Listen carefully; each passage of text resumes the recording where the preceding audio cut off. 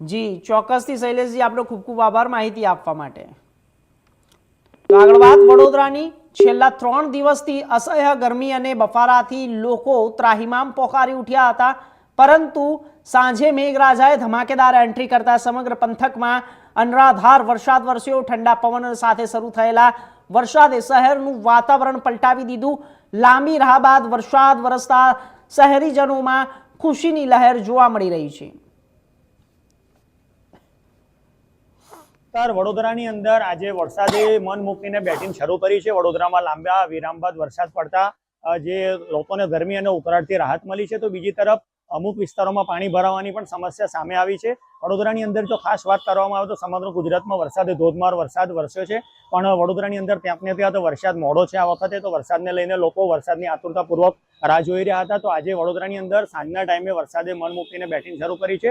સાંજના ટાઈમે જ વરસાદ વરસતા ઘરે જતા નોકરિયાત વર્ગ અને ઘરે જવા માટે જે પીક અવર્સમાં જ વરસાદ વરસતા લોકોને હાલાકીનો સામનો કરવો પડ્યો હતો।